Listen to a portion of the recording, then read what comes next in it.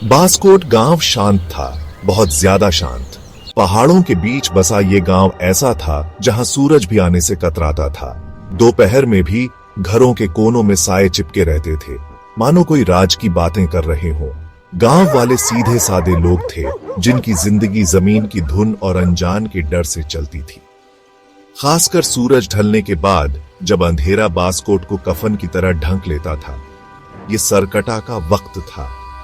सरकटा, वो बिना सर वाला। एक नाम जो कांपते होठों से लिया जाता था, एक कहानी जो पीढ़ी दर पीढ़ी चली आ रही थी। कहते हैं कि वो कभी एक योद्धा था जिसे उसके अपने भाई ने धोखा देकर उसका सर काट दिया था। अब उसकी बेचैन आत्मा अंधेरे में गांव में भटकती है, अपने कटे हुए सर को ढूंढती है बदला लेने के लिए। बुढ़िया अम्मा, सूखी हुई खजूर की तरह झुर्रियों वाली, टिमटिमाते हुए तेल के दीपक के पास बैठी थी। उसकी आवाज धीमी थी, जैसे वो सरकटा की कहानी उन बच्चों को सुना रही हो जो उसकी आंखें फाड़े उसकी तरफ देख रहे थे।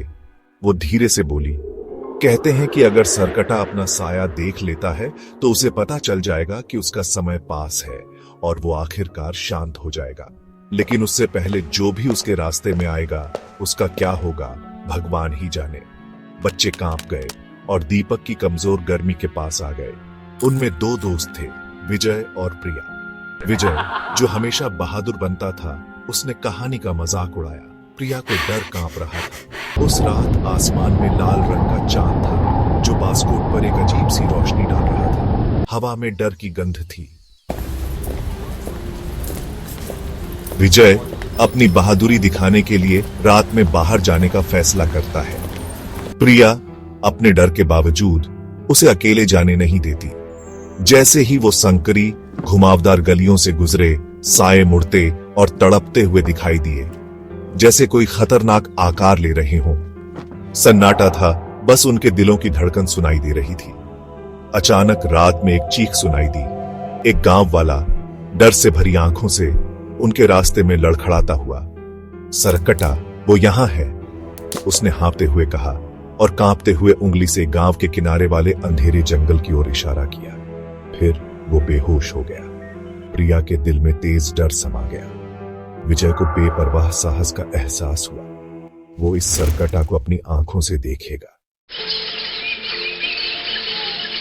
प्रिया की मिन्नतों को अनसुना करते हुए विजय उसे जंगल की ओर खींच ले गया। पेड़ उनके सामने खड़े थे।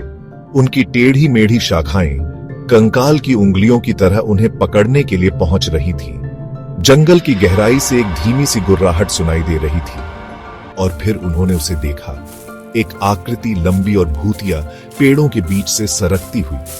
वो बिना सर की थी, उसके कंधे नंगे थे और चांदनी में चमक रहे थे। उसके हाथ में एक लालटेन थी, जिसकी अजीब सी लंबी परछाई उनके सामने नाच रही थी। प्रिया चीखी। विजय जम गया, उसका खून जम गया। सरकटा मुड़ा और लालटेन की रोशनी टिमटिमाई और एक पल के लिए उसकी अपनी परछाई दिखाई दी। बिना सर वाली आकृति जम गई। उसके बिना होठों से एक धीमी आवाज निकली। उसने अपनी परछाई देख ली थी, लेकिन अचानक हवा चली और लालटेन बुझ गई। अंधेरा छा गया। वो पल चला गया। प्रिया और विजय डर से कांपते हुए गांव की ओर भागे। उनके दिमाग में बिना सर वाले खौफ की तस्वीर छप गई। उन्होंने सरकटा को देख लिया था, लेकिन क्या सरकटा ने इतना देखा था कि उसे आखिरकार शांति मिल सके, या ये सिर्फ एक नए खौफ की शुरुआत थी?